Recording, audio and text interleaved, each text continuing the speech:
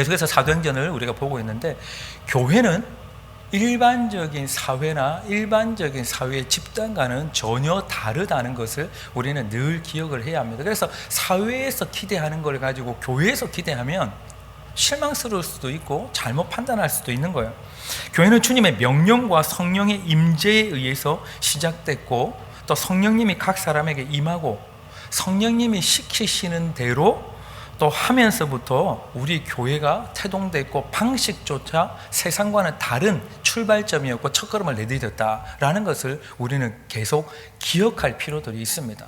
그러니까 첫 출발부터가 세상과는 전혀 다른 방식이었죠. 그것을 우리 몇 주에 걸쳐서 좀 보기도 했습니다만, 4절을 다시 한번 읽어볼까요? 4절 한번 함께 읽어봅니다. 시작. 그들이 다 성령의 충만함을 받고 성령이 말하게 하심을 따라 다른 언어들로 말하기를 시작하니라. 아멘. 특별히 그때에 성령님께서 교회 시작할 때에 시키신 일이 뭐냐면 따라 말해라 이거였어요.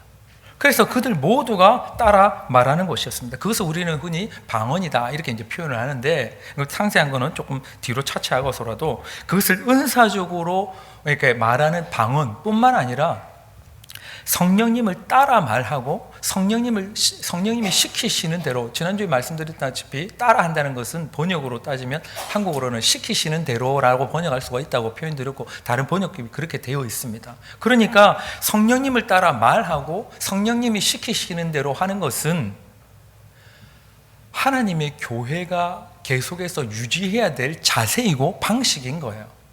그냥 그때 한번 끝났고 우리는 세상의 어떤 제도나 어떤 것들, 지혜를 다 짜내서 교회를 이렇게 운영한다든지 나아가는 것보다 성경에서 이야기하는 그 기본 자세가 뭐냐? 성령님을 따라 말하고 성령님이 시키시는 대로 하는 것, 그것이 교회가 나가야 할 자세고 태도고 방식인 것이죠. 골로새서 1장 18절을 한번 읽어볼까요? 골로새서 1장 18절 함께 읽습니다. 시작. 그는 몸인 교회의 머리시라. 그가 근본이시요 죽은 자들 가운데서 먼저 나신 이시니 이는 친히 만물의 으뜸이 되려 하심이요. 아멘. 이 본문에 보면 만물의 으뜸이 예수님이시고 교회의 머리가 예수님이시다 이렇게 표현을 하고 있습니다. 그러니 교회의 머리이시고 교회의 주인은 우리가 아니고 당회도 아니고 예수님이시죠. 예수님이 교회의 머리시고 주인이시다 선포하고 있는 것입니다. 그러니까 머리가 시키시는 대로 따라 말하고 시키는 대로 행하지 않는 몸은 정상적인 몸이 아니겠죠. 그건 정상적인 교회가 아닌 것입니다. 그렇지 않은 교회는 교회가 아닌 것입니다. 너무 당연한 얘기죠. 그런데 요즘은 성령님을 따라 말하지 않고 엉뚱한 말하는 교회들도 참 많이 있는 것 같아요. 그리고 성령님이 시키시는 것을 따르지 않고 엉뚱한 방향으로 세상 방식을 따르는 교회도 많은 것 같아요. 그걸 교회라고 할 수 있을까? 그걸 교회라고 할 수 있을까? 자꾸 세상 이야기가 많은 거예요. 교회라고 하면서도 모여서 오로지 세상 이야기만 넘쳐나고, 교회라고 하면서도 오로지 세상의 방식을 따르려고 하는, 요즘은 트렌드가 그게 아니니 뭐 하면서, 그건 맞지 않는 거잖아요. 우리는 세상을 머리로 두지 않았기 때문에 예수님, 즉 예수님의 영이신 성령님을 따라 말하고 성령님이 시키시는 대로 하지 않는 교회는 교회가 아닌 것입니다. 더 이상 교회라고 할 수 없죠. 우리는 어떨까? 다시 뒤돌아보게 됩니다. 우리도 깨어서 기도하지 않는다면, 깨어있지 못하다면 언제 우리가 세상 방식을 따르고 언제 세상 이야기만 하는 교회가 될지 모르는 거예요. 자신할 수 없는 것입니다. 그러니 우리가 계속 깨어 있어야만 성령님이 하라는 말을 하고 있는지, 성령님이 시키시는 일을 하고 있는지 또 묻고 또 물어야 하는 것입니다. 어쩌면 그렇게 성령님이 시키시는 말인지, 성령님이 시키시는 행동인지, 성령님이 시키시는 계획인지를 묻는 것이 실제로 뭔가 교회가 하고 실제로 뭔가 일하는 것보다 그것에 훨씬 많은 그러한 시간이나 에너지들을 배분해야 되는 것이, 그게 정답인 것 같아요. 묻는 거는 약간 묻고 하는 것은 많이 한다? 그러나 어찌 보면 방향을 잘못 설정하고 하나님께서 시키시지 않은 일들과 말들로 교회를 그렇게 뒤범벅 만드는 것은, 그것은 성령님을 따르는 것이 아닌 거죠. 교회의 모습이 아닌 것입니다. 그래서 초대교회는 더 많은 비중을 어디에 두냐면, 초대교회의 성도들은 기도하면서 성령을 기다렸고, 하기 위해서 또 모였고, 모이면 또 기도한 거예요. 교회는 우리도 더 많은 말을 하고 더 많은 일을 하기보다 더 많이 물어야 할 줄로 믿습니다. 근데 적게 묻고 더 많은 일을 하려는 것 자체가 어쩌면 우리가 하나님보다 앞서려는 것 아닌가. 우리에게는 그러기에는 너무 기도가 부족하죠. 여러분 어떻습니까? 나는 기도 시간이 충분하다 이러신 분이 있어요? 한 분도 없습니까? 저조차도 그런 것 같아요. 초대교회 성도는 그래서 기다리면서 성령님께 물으면서 계속 기도를 했고, 기도를 하기 위해 모였고, 모이면 또 기도했고, 기도하는 시간이 우리에게 너무 부족하고, 기도하는 습관도 너무 부족하고, 기도하는 우선순위도 너무 부족한 것 같아요. 맨 먼저 뒤로 밀리는 게 기도 시간. 바쁜 우선순위에서 기도하는 시간은 늘 모자라는데 딴 거 하는 시간은 늘 많은 것 같아요. 특히 우리는 함께 모여 기도하는 방식을 점점 잃어가고 있다는 것을 기억해야 할 것 같습니다. 신앙에 있어서도 개인주의가 우리에게 영향을 굉장히 많이 미쳤다는 것을 우리는 기억해야 하는데, 오늘 우리가 지금까지 가지고 있었던 신앙 스타일에서 개인 기도라는 부분들에 대해서 약간은 우리가 또 깨져야 할 것 같아요. 우리가 몇 번 오늘 성경을 말씀을 보면서 우리가 계속 말씀을 조금씩 우리 스스로가 한번 같이 읽어 나갈 텐데, 개인의 경건 생활은 스스로 잘하고 있다고 생각할지 모르겠지만 함께 모여서 기도하는 것에 대해서는 우리는 자꾸 잃어가고 있는 거예요.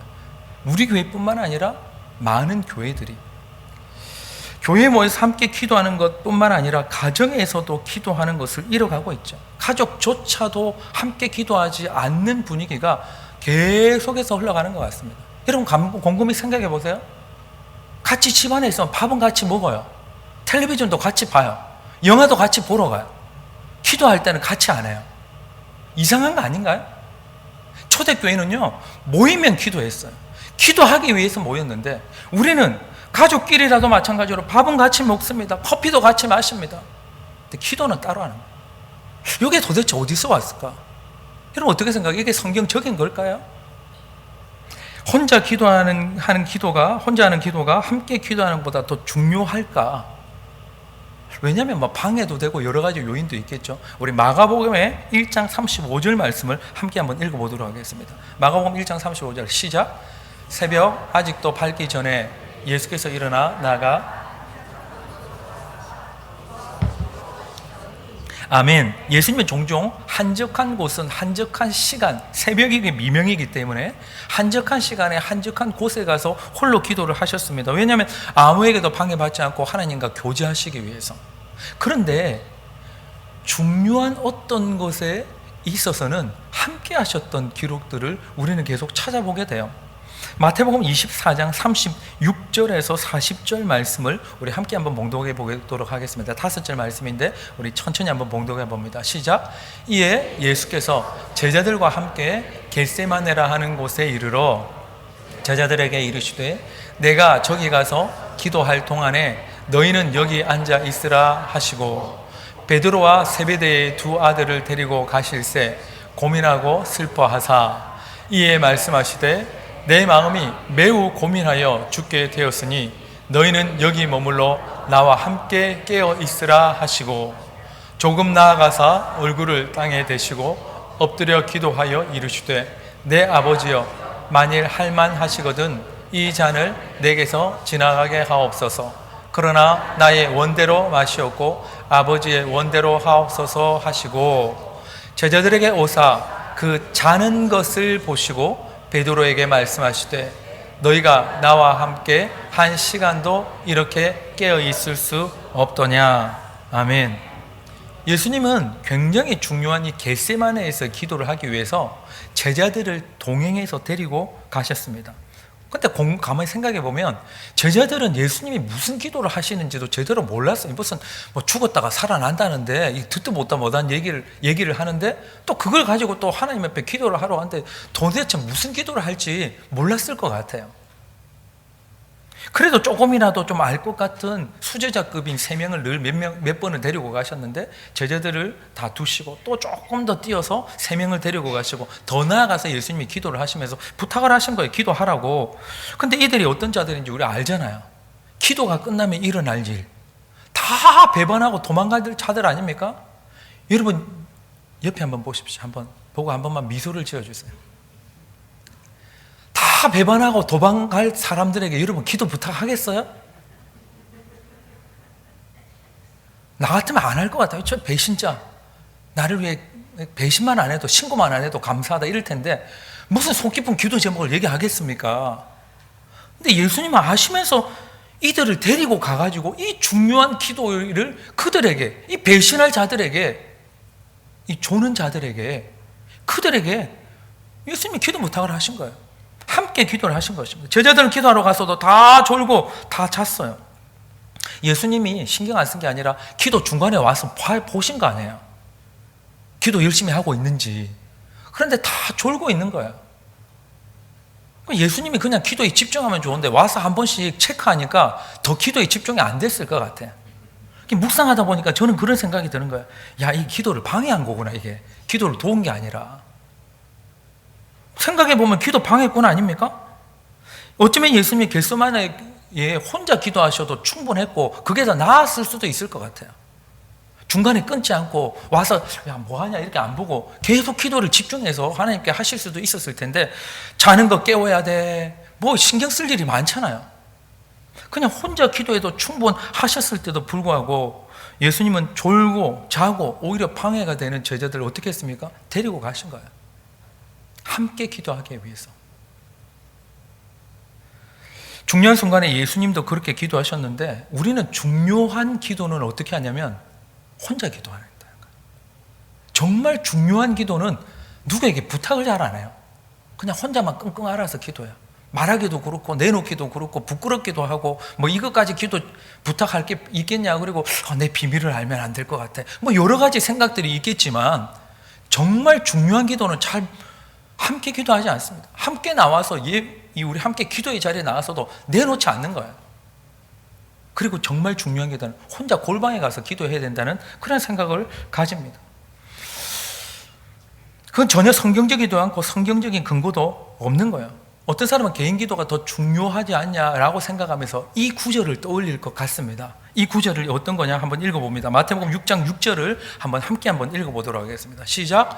너는 기도할 때에 내 골방에 들어가 문을 닫고 은밀한 중에 계신 내 아버지께 기도하라. 은밀한 중에 보시는 내 아버지께서 갚으시리라. 아멘. 그런데 이 본문만 떼서가 아니라 이 본문의 전후에 무슨 일이 있었고 예수님이 이걸 누구에게 얘기했는지들을 우리는 기억해야 하는데 누구에게 이 대상 자체를 누구를 염두가 했냐면 외식하는 바리새인 때문에 그런 거예요. 저 시장에 가가지고 손을 들고 아니면 유대인의 방식처럼 그냥 길바닥에 엎어져 가지고 막 기도를 하는 거예요. 그러니까 주변의 사람들이 구경할 거 아니에요.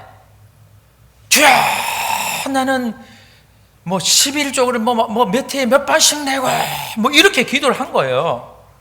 그러니까 예수님이 그냥 골방에 들어가 조용히 기도해라. 그걸 교훈하신 얘기지. 우리 모두에게 우리가 함께 모여 기도하는 것보다 너는 다 골방에 들어가 기도하라는 얘기가 아닌 거예요. 어떤 사람은 이걸 근거로 야 개인 기도가 훨씬 중요하지 않냐 하는 것인데 이것은 잘못 이해하고 있는 것입니다. 예수님은 결코 개인적으로 기도하는 것이 함께 모여 기도하는 것보다 더 중요하다고 얘기하신 적이 없어요. 예수님은 기도의 응답에 대한 약속도 개인에게 주신 것보다 거의 공동체에 주셨다는 걸 기억하셔야 합니다. 마태복음 18장 18절에서 20절 말씀을 함께 한번 읽어보도록 하겠습니다. 시작. 진실로 너희에게 이르노니 무엇이든지 너희가 땅에서 매면 하늘에서도 매일 것이요 무엇이든지 땅에서 풀면 하늘에서도 풀리리라. 진실로 다시 너희에게 이르노니 너희 중의 두 사람이 땅에서 합심하여 무엇이든지 구하면 하늘에 계신 내 아버지께서 그들을 위하여 이루게 하시리라. 20절. 두세 사람이 내 이름으로 모인 곳에는 나도 그들 중에 있느니라. 아멘. 공동체에 주신 거예요. 하필이면 한 명이나 두 명이나 졸고 있는 사람이면 한 명이나 두 명이나 뭐 다를까요? 있으면 두 명, 두세 사람 얘기를 하신 것입니다. 계속해서 주님께서 가르쳐 주신 기도도 기본적으로 개인이 아니라 공동체에 주신 거예요. 마태복음 6장 9절에서 13절 말씀을 한번 우리 기도하는 마음으로 한번 읽어보겠습니다. 시작. 그러므로 너희는 이렇게 기도하라. 하늘에 계신 우리 아버지여, 이름이 거룩히 여김을 받으시오며 나라가 임하시오며 뜻이 하늘에서 이룬 것 같이 땅에서도 이루어지이다. 오늘 우리에게 일용할 양식을 주시옵고 우리가 우리에게 죄 지은 자를 사하여 준 것 같이 우리 죄를 사하여 주시옵고 우리를 시험에 들게 하지 마시옵고 다만 악에서 구하시옵소서. 나라와 권세와 영광이 아버지께 영원히 있사옵나이다. 아멘. 예수님께서 가르치신 기도의 대상이 기본적으로 내가 아니라 우리인 거예요. 실제로 교회가 탄생한 이후에 성경 속에서 사도행전 그 위에 서신서들에도 교회가 기도하는 모습들은요 거의 공동체만 나타납니다. 성도들이 함께 모여 드린 것으로 거의 기록되어 있는 거예요. 특히 교회가 어려움에 직면했을 때 더욱 그렇습니다. 사도행전 4장 23절 24절을 함께 또 한번 읽어봅니다. 시작. 사도들이 노임에 그 동료에게 가서 제사장들과 장로들의 말을 다 알리니 그들이 듣고 한 마음으로 하나님께 소리를 높여 이르되 대주제여 천지와 바다와 그 가운데 만물을 지으신 이요. 아멘. 이 무슨 내용이냐면 베드로와 요한이 공회에 끌려간 거예요. 그랬다가 풀려납니다. 그래서 교회에 이 사실을 다 알리는 거예요. 그래서 함께 이 핍박 상황에 대해서 이제 함께 기도해야 되겠다 하면서 한 마음으로 기도했다는 얘기거든요. 뿐만 아니라 사도행전 12장 5절에도 보면 비슷한 맥락이 나오는데 또 한번 읽어봅니다. 시작. 이에 베드로는 옥에 갇혔고 교회는 그를 위하여 간절히 하나님께 기도하더라. 아멘. 헤롯 왕이 그 이후에 베드로를 잡아다가 옥에 가두니까 한 명을 이제 먼저 죽여요. 야고보 사도를. 그러니까 사람들이 막 좋아하는 거예요. 반대파들이. 그래서 베드로를 끌고 가서 감옥에 갖다 놔서 이제 처형시켜야 되겠다 하고 일단은 감옥에 가도록 했더니 교회가 모여서 간절하게 기도했다. 함께 모여서 기도했다는 것입니다. 그때 놀라운 역사가 일어났던 것들 오늘 장황하게 설명하지는 않겠지만 베드로가 갑자기 하나님이 천사를 보내서 풀려나게 돼요. 함께 모여서 간절하게 기도한 것입니다. 골로새서 4장 2절도 한번 읽어보겠습니다. 골로새서 4장 2절 시작. 기도를 계속하고 기도의 감사함으로 깨어 있으라. 아멘. 이 본문의 헬라어 원문에는 복수형 동사가 쓰여요. 이 말은 무슨 말이냐면 대상이 복수라는 거예요. 혼자가 아니라 다 같이 교회 공동체에게 함께 모여 기도하라는, 기도에 깨어 있으라는 과제를 준 거예요. 아, 내가 이 본문을 읽을 때 나만 열심히 기도하고 내가 열심히 깨어 있으면 되는구나. 저 옆에 집사나 장로나 권사는 막 졸든지 자든지 영적으로 그냥 엎어져 있든지 난 상관없다가 아니라 골로새 교회 전체에게 다 같이 기도로 깨어 있어야 한다라는 그런 과제를 준 이 공동체적인 과제고 명령인 것입니다. 디모데전서 2장 1절에서 4절도 우리 함께 한번 읽어봅니다. 시작. 그러므로 내가 첫째로 권하노니 모든 사람을 위하여 간구와 기도와 도고와 감사를 하되 임금들과 높은 지위에 있는 모든 사람을 위하여 하라. 이는 우리가 모든 경건과 단정함으로 고요하고 평안한 생활을 하려 함이라. 이것이 우리 구주 하나님 앞에 선하고 받으실 만한 것이니 하나님은 모든 사람이 구원을 받으며 진리를 아는 데에 이르기를 원하시느니라. 아멘. 바울은요 그의 제자고 영적 자녀와 같은 디모데에게, 목회자인 디모데에게 편지를 씁니다. 그래서 어떤 내용을 하냐면 공동체가 함께 기도해야 할 기도 제목을 줘요. 기도 제목 가운데 오늘 읽었던 디모데서의 말씀이 뭐냐면 임금들과 모든 지위에 있는, 높은 지위에 있는 사람들을 위해서 하라는 거예요. 그것이 어떻게 되느냐, 하나님 앞에서는 받으실 만한, 하나님이 기뻐하시는 선하고 받으실 만한 기도가 된다, 이 얘기를 하는 것입니다. 여러분 한번 질문 드리겠습니다. 여러분 위정자들 위해서 많이 기도하시나요? 매일 기도하시나요? 미국 같으면 트럼프 대통령 위해서 기도하나요? 한국 같으면 이재명 대통령 위해서 기도하나요? 그걸 성경이 뭐라고 얘기하고 있냐면 이것은 우리 구주 하나님 앞에 선하고 받으실 만한 것이다, 이렇게 얘기를 하는 것입니다. 근데 우리가 혼자서 이런 기도 제목 물론 가능은 하겠지만 개인이 이런 기도 제목까지는 하는 게 쉽지 않습니다. 그러니 개인 기도가 다른 이들을 위한 기도의 내용으로 다 채워질 수도 있겠지만 개인 기도하면 개인의 신변 잡기적인 얘기를 하나님 앞에 드릴 때가 훨씬 많잖아요. 근데 오늘 성경이 이야기합니다. 이 공동체적인 기도 제목을 주는데 이러한 기도를 우리가 함께 할 때에 하나님 앞에 선하고 아름다운 것이 된다. 여러분의 기도는 하나님 앞에 선하고 아름다운 기도입니까? 개인적으로 하는 기도가 선하고 아름다운 기도가 맞습니까? 근데 성경은 분명하게 얘기해요. 공동체가 함께 모여서 함께 이 기도 제목으로 기도하는 것을 하나님은 선하고 아름답고 받으실 만한 것이라고 성경은 기록하고 있는 것입니다. 우린 개인 기도 제목에 그런 게 없다는 거 저는 판단하는 것이 아니라 물론 그럴 수 있습니다. 근데 우리가 개인적으로 기도할 때는 이러한 기도 제목보다 다른 이들을 향한 기도 제목도 많겠지만 이러한 기도 제목보다 자신의 중심적으로 자신의 신변잡기적인 그러한 기도가 훨씬 많다는 것을 부인할 수 없을 거예요. 그렇기 때문에 성경은 이야기합니다. 공동체로서 너는 함께 모여서 기도하라고 디모데 목회자에게 이런 기도 제목으로 너희들 공동체 모여서 기도해라 이렇게 얘기를 하고 있는 것입니다. 우리 성경에 나오는 교회의 모습을 통해서 하나님께서 함께 모여 기도하라는 것이 명령임을 우리는 이제 봅니다.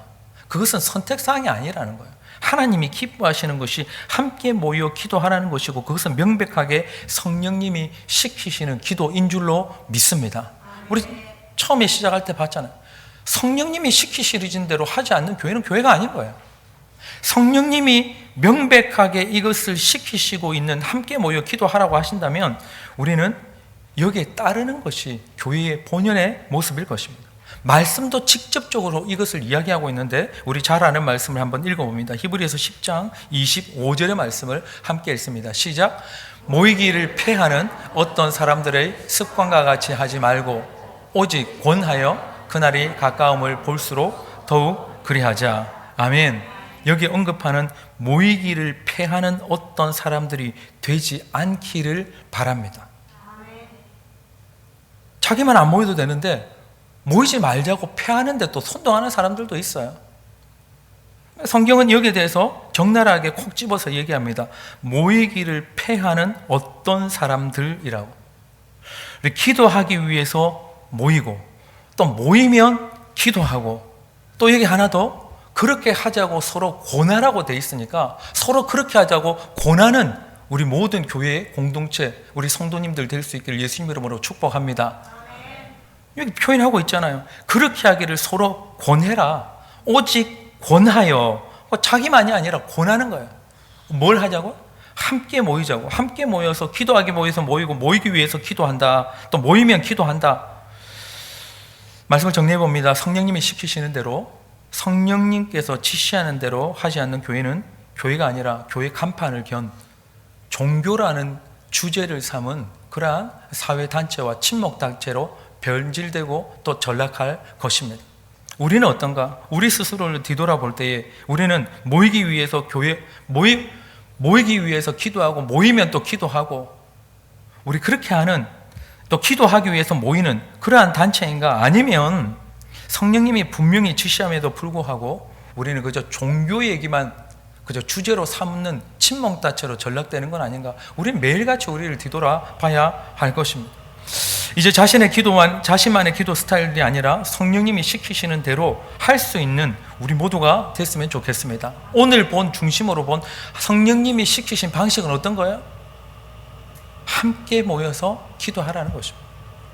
여러분, 이 함께 모여서 함께 기도하라고 하시는 이 성령님의 지시하심과 명령에 우리 순응할 수 있는 우리 모두가 될 수 있으면 좋겠습니다. 또 성령님이 시키시는 만큼 기도하는 우리 모두가 될 수 있으면 좋겠습니다.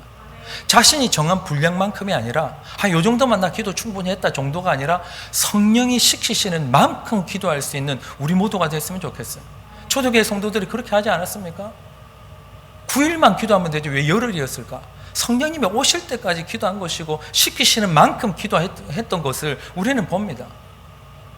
그래서 어떤 때는 사도 바울이 집회를 하면서도 밤을 새다 보니까 유두고라는 청년이 졸음을 못 이겨서 2층에서 떨어져 죽은 일도 있는 거예요. 그런 불상사가 있냐? 그렇게 생각할 수 있겠지만, 물론 또 바울을 통해서 하나님께서는 살리셨지 않습니까? 그 모든 것은 성령께서 이끌어 가시는 분량들인 거예요. 그냥 사회적인 약속이 아니라 마찬가지인 것입니다. 우리의 기도도 마찬가지로 스타일뿐만 아니라 성령님이 시키시는 분량만큼 기도할 수 있는 그런 노력들과 또 결단이 우리 모두에게 있으면 좋겠습니다. 그래야 할 때에 오늘 약속으로 주신 말씀을 우리 다시 한번 1절과 4절에 우리 빨간 부분들을만 다시 한번 읽어보도록 하겠습니다. 우리 빨간색 줄체 부분, 색으로 표시한 부분만 함께 읽습니다. 시작. 그들이 다 같이 한 곳에 모였더니 그들이 다 성령의 충만함을 받고. 아멘. 그들이 다 같이 한 곳에 모여서 기도를 했을 때에 다 같이 성령의 충만함을 받았다. 성경은 그렇게 기록하고 있습니다. 우리 다 같이 한 곳에 모여서 다 같이 성령의 충만함을 다시 한번 받고 이 초대교회 역사가 재현되는 우리 모두가 될 수 있기를 예수님 이름으로 축복합니다. 한번 기도하겠습니다. 우리 함께 기도할 때에 우리 자신에게 주시는 하나님의 메시지들을 다시 한번 마음에 새겨서 결단할 걸 결단하시고 또 기도할 걸 기도하시고 또 도움을 요청할 것을 우리 성령 하나님께 우리 도움을 요청하는 그런 시간이 됐으면 좋겠습니다. 우리 함께 기도할 때에 주여 우리 함께 모일 수 있도록, 그래서 모이면 기도할 수 있도록, 기도하기 위해서 모일 수 있도록 특별히 도와주시기를 우리 함께 기도합시다. 함께 기도합니다.